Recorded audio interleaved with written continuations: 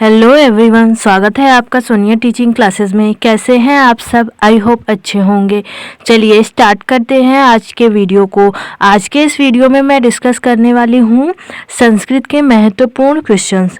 यह क्वेश्चन जो हैं सभी शिक्षक भर्ती एग्ज़ाम्स के लिए महत्वपूर्ण हैं, या फिर जिस भी किसी एग्ज़ाम में संस्कृत सिलेबस में है उन सभी के लिए यह क्वेश्चन बहुत ज़्यादा इम्पॉर्टेंट होने वाले हैं। तो चलिए बिना देरी के स्टार्ट करते हैं वीडियो को। सबसे पहला क्वेश्चन है, कस्मिन् ग्रामे पाणिनिः अजायत। किस ग्राम में महर्षि पाणिनि का जन्म हुआ था? सालापुरः, शलातुरः, शिवपुरः, कश्मीरः।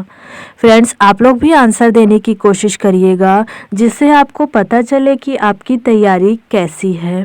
तो बताइए, किस ग्राम में महर्षि पाणिनि का जन्म हुआ था? तो कहाँ पर हुआ था? शलातुरा ग्राम में महर्षि पाणिनि का जन्म हुआ था। ऑप्शन बी सही आंसर है। इनकी माता का नाम क्या था? ध्यान रखिएगा, कभी कभी पूछ लिया जाता है। दाक्षी था इनकी माता का नाम। पिता का नाम क्या था? पिता का नाम था पणिन। क्या नाम था? पणिन नाम था। ध्यान रखिएगा। इनके बचपन का नाम भी जान लीजिए। बचपन का नाम क्या था? कभी कभी क्वेश्चन बन जाता है कि महर्षि पाणिनि के बचपन का नाम क्या था? तो क्या था? आहिक नाम था। क्या नाम था? आहिक नाम था। ध्यान रखिएगा। इनका ग्रंथ कौन सा है? बहुत ही फेमस है व्याकरण का ग्रंथ जिसका नाम है अष्टाध्यायी। क्या नाम है? अष्टाध्यायी। इसीलिए इन्हें व्याकरणाचार्य भी कहा जाता है। ध्यान रखिएगा। ऑप्शन बी यहाँ पर सही आंसर है।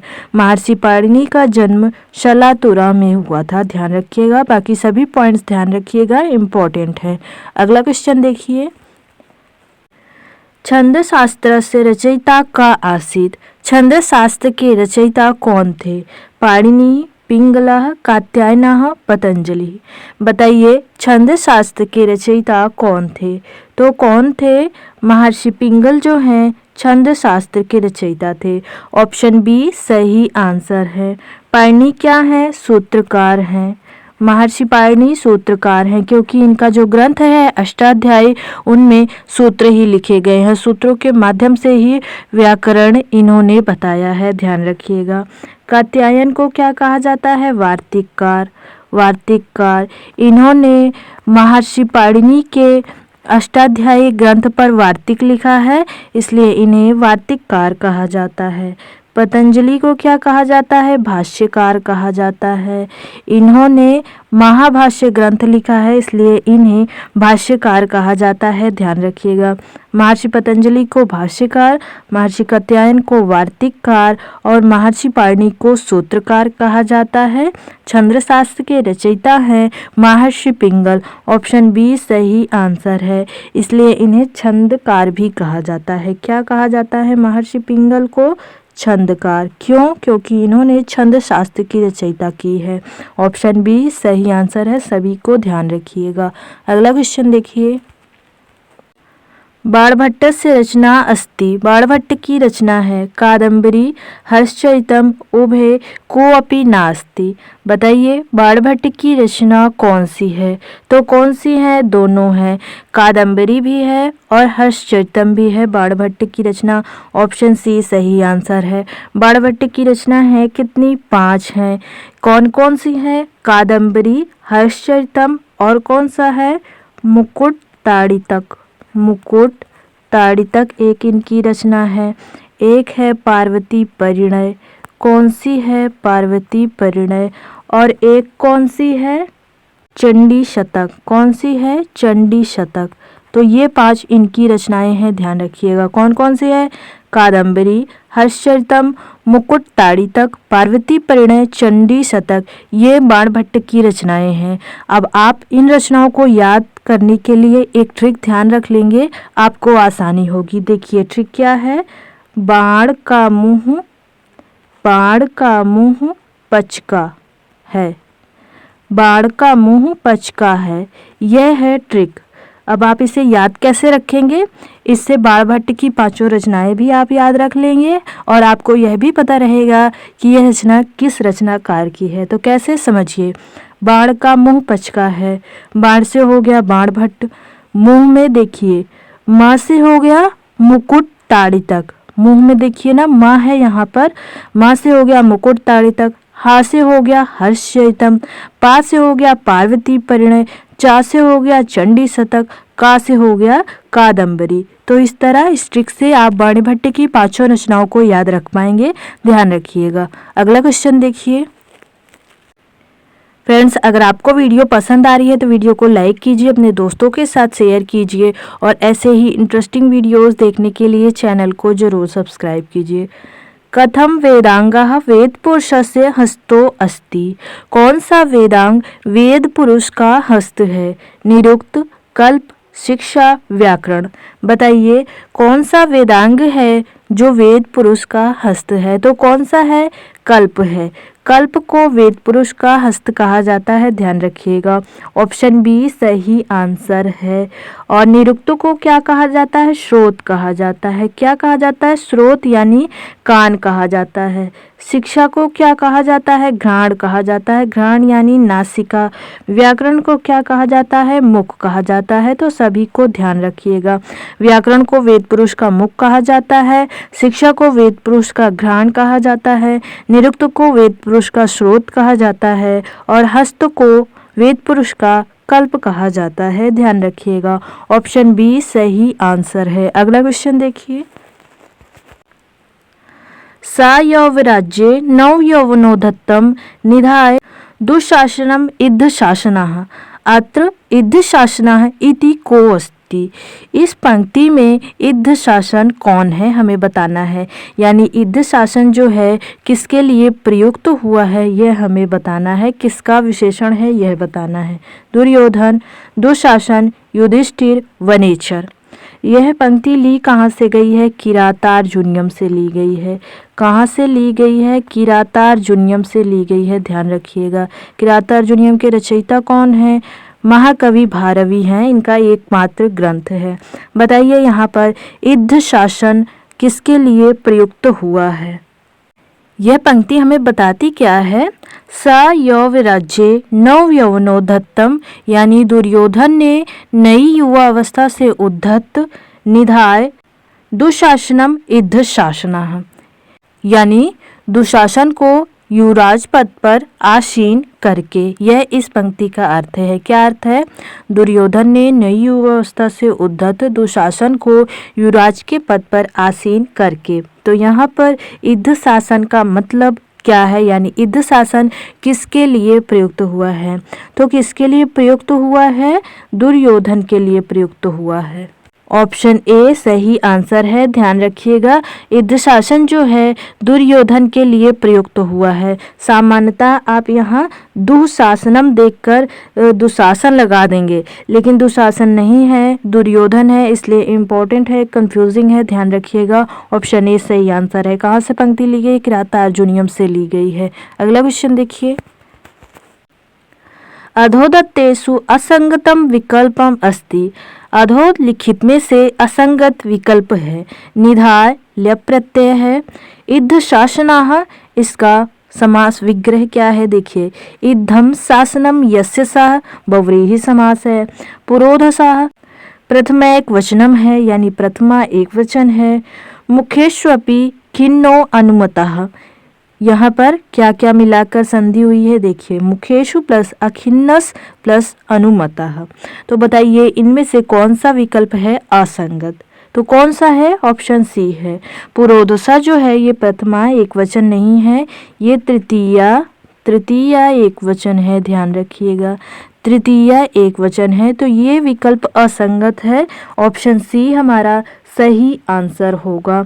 और यहाँ पर मुखेशु अखिन्नस में कौन सी संधि हुई है? यण संधि हुई है। यण संधि से मिलाकर बना है मुखेश्व खिन्नो। फिर उसके बाद अखिन्नस और अनुमतः में कौन सी संधि हुई है? विसर्ग संधि हुई है। विसर्ग संधि। तो इन दो संधियों से मिलाकर बना है मुखेश्व खिन्नो अनुमतः। ध्यान रखिएगा। इद्ध शासना इद्धम शासनम यस्य सा बहुव्रीहि समास है, यानी बिना उल्लंघन वाला शासन यानी आदेश है जिसका किसके लिए यह प्रयुक्त होता है, दुर्योधन के लिए प्रयुक्त होता है। अभी इसके पहले मैंने आपको बताया ना कि युद्ध शासन का विशेषण क्या होगा, दुर्योधन, ध्यान रखिएगा। इस तरह से क्वेश्चन बनते हैं। निधाय में ल्यप प्रत्यय है, नी उपसर्ग है, धा धातु है और ल्यप प्रत्यय है, ध्यान रखिएगा। ऑप्शन सी यहाँ पर सही आंसर है। यह असंगत है। पुरोधसा जो है प्रथमा एक वचन नहीं है, तृतीया एक वचन है। अगला क्वेश्चन देखिए, राजकुमार कंदर्पकतुः कस्य पुत्रः आसीत्। राजकुमार कंदर्पकतु किसका पुत्र था? चंद्रकेतोः, चिंतामणेः, धूमकेतोः, मलयकेतोः। बताइए, राजकुमार कंदर्पकेतु किसका पुत्र था? तो किसका पुत्र था? चिंतामणि का पुत्र था। ऑप्शन बी सही आंसर है, ध्यान रखिएगा। अगला क्वेश्चन देखिए, नृपस्य मन्यु व्यवसाय दीपनीः उदाजहारा द्रुपद आत्मजा गिरः इत्यत्र उदाजहार इति क्रियायाः कर्तृपदम अस्ति। यहाँ पर उदाजहार इस क्रिया का कर्ता पद है, कौन सा, यह हमें बताना है। गिरा है, नृपा है, मन्यु है या द्रुपद आत्मजा है? बताइए। नृपस्य मन्यु व्यवसाय दीपनी उदाजहार द्रुपद आत्मजा गिरा। यहाँ पर उदाजहार क्रिया में कर्ता पद कौन सा है, यह हमें बताना है। तो कौन सा है? द्रुपद आत्मजा है। ऑप्शन डी सही आंसर है। उदाजहार क्रिया का कर्ता पद है द्रुपद आत्मजा। इसका अर्थ क्या होगा, समझिए। राजा युधिष्ठिर के क्रोध और उद्यम को बढ़ाने वाली वाणी द्रौपदी ने कही। क्या कहा जा रहा है कि राजा युधिष्ठिर के क्रोध और उद्यम को बढ़ाने वाली वाणी द्रौपदी ने कही। तो यहाँ पर उदाजहार का अर्थ क्या है? कहना अर्थ है, कहना अर्थ है। तो यह कौन सा लकार है? लिट लकार है, लिट लकार है। कौन सा लकार है? लिट लकार है। लिट लकार का प्रथम पुरुष एक वचन है उदाजहार, ध्यान रखिएगा, जिसका अर्थ है कहना। तो यह जो क्रियापद है किसके लिए प्रयुक्त हुआ है, यानी यहाँ पर कर्ता क्या है? द्रुपद आत्मजा, यानी द्रुपद आत्मजा किसके लिए प्रयुक्त होगा? द्रौपदी के लिए। किसके लिए? द्रौपदी। द्रुपद की पुत्री कौन है? द्रौपदी। तो द्रौपदी यहाँ पर कर्ता पद है, ध्यान रखिएगा। ऑप्शन डी सही आंसर है। अगला क्वेश्चन देखिए, द्विषताम इति पद्यस्य अर्थो अस्ति। द्विषताम इस पद का अर्थ है नृपाणाम, शत्रुणाम, वीराणाम, परिजनानाम। बताइए, द्विषताम इस पद का क्या अर्थ है? तो क्या अर्थ है? शत्रुणाम अर्थ है। ऑप्शन बी सही आंसर है। यह पद प्रयुक्त कहाँ हुआ है? किरातार्जुनीयम में। किरातार्जुनीयम की शब्दावली है, ध्यान रखिएगा। द्विषताम, ऑप्शन बी सही आंसर है। अगला क्वेश्चन देखिए, क्री धातो लोट लकारे उत्तम पुरुष एक वचने रूपम भवति। क्री धातु का लोट लकार में उत्तम पुरुष एक वचन में रूप होता है। कुरवाणी, करवाणी, कुरुवाणी, क्रवाणी। बताइए यहाँ पर क्या सही आंसर होगा? तो यहाँ पर सही आंसर है करवाणी। ऑप्शन बी सही आंसर है। क्री धातु लोट लकार उत्तम पुरुष एक वचन में रूप होता है करवाणी। ऑप्शन बी सही होगा। अगला क्वेश्चन देखिए, अधोदत्तेषु असंगतम विकल्पमस्ति। अधोलिखित में से असंगत विकल्प है। मन्यु, इसका अर्थ है क्रोधा। द्रुपद आत्मजा, इसका अर्थ है द्रौपदी। अभी मैंने आपको बताया, ये तो सही है। निशम्य, यहाँ पर देखिए क्या क्या प्रयुक्त हुआ है। नि उपसर्ग है, शम धातु है, अक्त्वा प्रत्यय है, सही है। अक्त्वा का ही ल्यप आदेश हो जाता है, ध्यान रखिएगा। फिर ऑप्शन डी क्या कह रहा है? ना किमपि असंगतम, यानी कोई भी असंगत नहीं है। तो बताइए, मन्यु का अर्थ क्रोध है, यह भी सही है। तो ऑप्शन जो हैं ये तीनों सही हैं। डी वाला यहाँ पर सही होगा, क्योंकि यहाँ पर कोई भी असंगत नहीं है, सभी संगत हैं। मन्यु का अर्थ है क्रोध, द्रुपद आत्मजा का अर्थ है द्रौपदी, निशम्य में नि उपसर्ग, सम धातु अक्त्वा प्रत्यय है। ऑप्शन डी सही होगा। अगला क्वेश्चन देखिए फ्रेंड्स, अगर आपको इस वीडियो की पीडीएफ चाहिए तो टेलीग्राम चैनल का लिंक मैंने डिस्क्रिप्शन में दे दिया है, आप लोग वहां पर ज्वाइन हो जाइए, पीडीएफ मिल जाएगी। अगला क्वेश्चन है, अभिज्ञान शाकुंतलस्य चतुर्थ अंक के प्रधान रसो वर्तते। अभिज्ञान शाकुंतल के चतुर्थ अंक में प्रधान रस है श्रृंगार, हास्य, करुण, वीर। फ्रेंड्स, यहाँ पर श्रृंगार में ये जो मात्रा है वह एक ही रहेगी, टाइपिंग मिस्टेक है, ध्यान रखिएगा। शुद्ध श्रृंगार इस तरह रहता है। तो अभिज्ञान शाकुंतल के चतुर्थ अंक का प्रधान रस है करुण रस। ऑप्शन सी सही आंसर है। अभिज्ञान शाकुंतलन लिखा किसने है? महाकवि कालिदास ने लिखा है, ध्यान रखिएगा। इसमें 7 अंक हैं, 7 अंक हैं, यह भी ध्यान रखिएगा। यह नाटक है। ऑप्शन सी यहाँ पर सही आंसर है। अगला क्वेश्चन देखिए, व्यंजन वर्ण से इत संज्ञकम सूत्रम निर्धारित। व्यंजन वर्ण के इत संज्ञक सूत्र को निर्धारित करता है कौन? उपदेशे अजनुनासिका इत हलन्त्यम इतश्च लोपः। बताइए, व्यंजन वर्ण के इत संज्ञक सूत्र को कौन निर्धारित करता है? तो कौन निर्धारित करता है? हलन्त्यम। ऑप्शन बी सही आंसर है। यानी व्यंजन वर्ण की जो इत संज्ञा होती है उसे कौन सा सूत्र के द्वारा किया जाता है? तो हलन्त्यम के द्वारा। ऑप्शन बी सही आंसर है, ध्यान रखिएगा। अगला क्वेश्चन देखिए, आ इ उ रि एषां वर्णानां प्रत्येकं कति भेदाः सन्ति। आ इ उ रि इन वर्णों के प्रत्येक के कितने भेद हैं? 12, 18, 14, 9। बताइए, इन वर्णों के यानी प्रत्येक इन वर्णों के कितने भेद हैं? तो 18 भेद हैं। ऑप्शन बी सही आंसर है, ध्यान रखिएगा। आ इ उ रि के 18 भेद हैं। अगर यहीं पर आपसे रि दिया गया होता तो उसके 12 भेद हैं, ध्यान रखिएगा। ऑप्शन बी यहाँ पर सही आंसर है। अगला क्वेश्चन देखिए, संयोग संज्ञा विधायकम सूत्रम किम। संयोग संज्ञा विधायक सूत्र है कौन सा? संयोगान्तस्य लोपः, संयोगे गुरुः, हलो अनंतरा संयोगः, अलो अंतस्य। बताइए, संयोग संज्ञा विधायक सूत्र कौन सा है? तो कौन सा है? हलो अनंतरा जो है यह संयोग संज्ञा विधायक सूत्र है। ऑप्शन सी सही आंसर है। यह सूत्र कहता क्या है कि यानी जो हल अनंतर यानी व्यवधान रहित होते हैं उनकी संयोग संज्ञा होती है। हल यानी व्यंजन। एग्जाम्पल समझिए, पुष्पम, पुष्पम।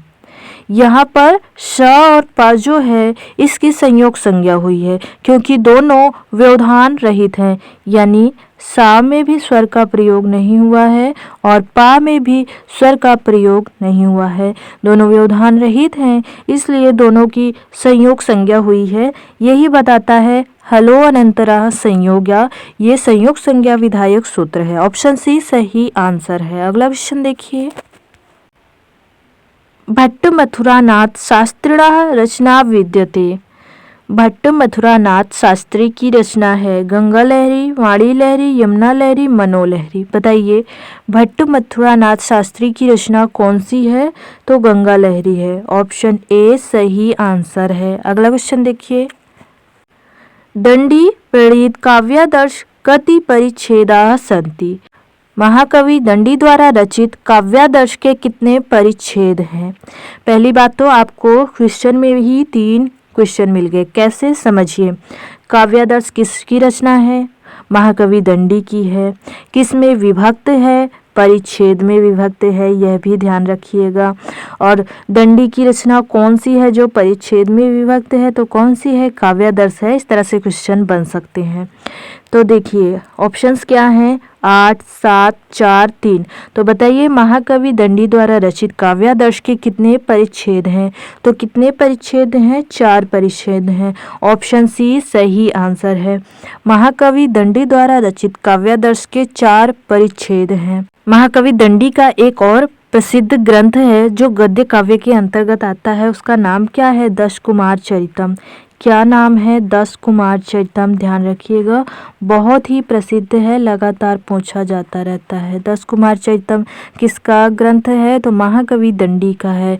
ऑप्शन सी यहाँ पर सही आंसर है। काव्यादर्श में 4 परिच्छेद हैं। अगला क्वेश्चन देखिए। हितोपदेशा ग्रंथा केन लिखिता। हितोपदेश ग्रंथ किसके द्वारा लिखित है?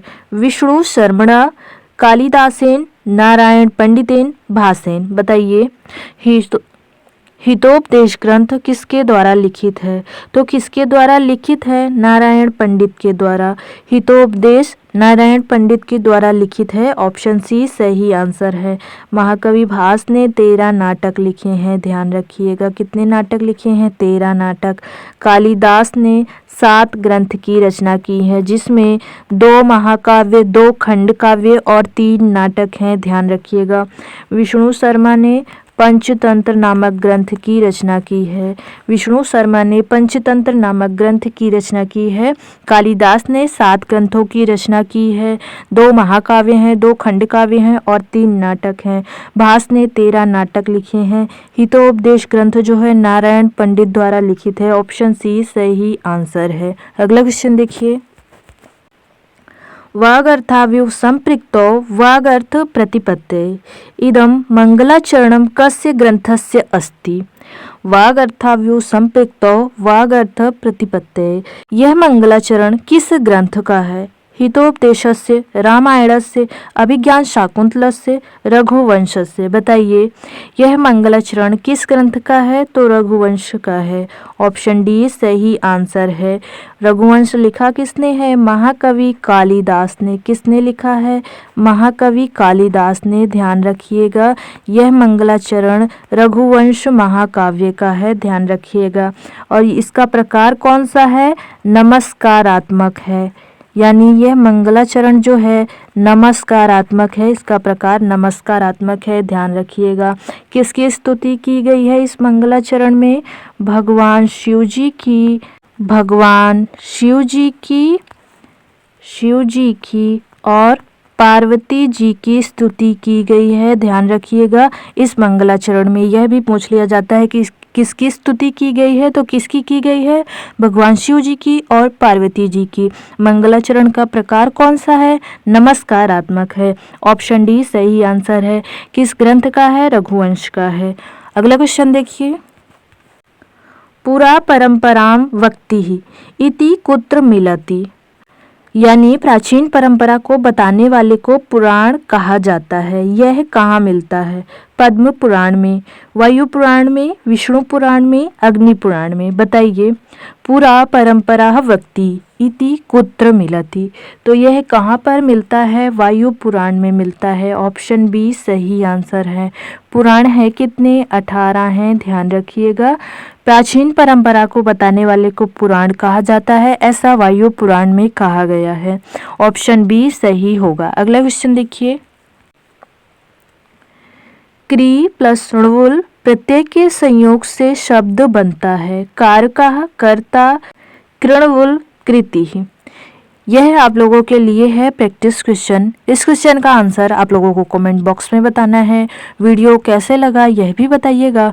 वीडियो पसंद आया है तो वीडियो को लाइक कीजिए, अपने दोस्तों के साथ शेयर कीजिए और ऐसे ही इंटरेस्टिंग वीडियोस देखने के लिए चैनल को ज़रूर सब्सक्राइब कीजिए। थैंक यू फ्रेंड्स, मिलते हैं नेक्स्ट वीडियो में।